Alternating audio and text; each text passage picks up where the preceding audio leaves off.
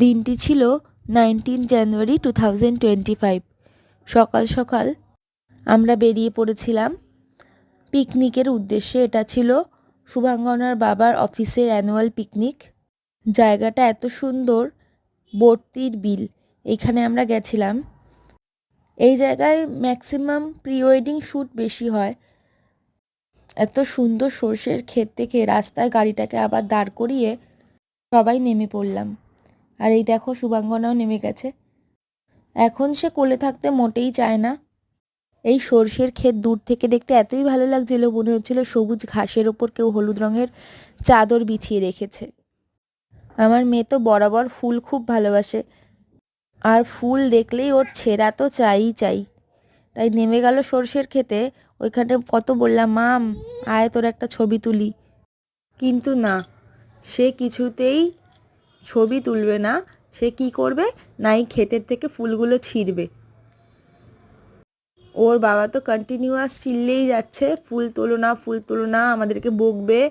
কিন্তু কে কার কথা শোনে? ম্যাডাম কারোর কথা শোনবারই নয়, নিজে ফুল তুলতেই ব্যস্ত। শ্যামনগরে চায়ের ধাবা যে স্পট রয়েছে, ওটাই ছিল আমাদের পিকনিক স্পট।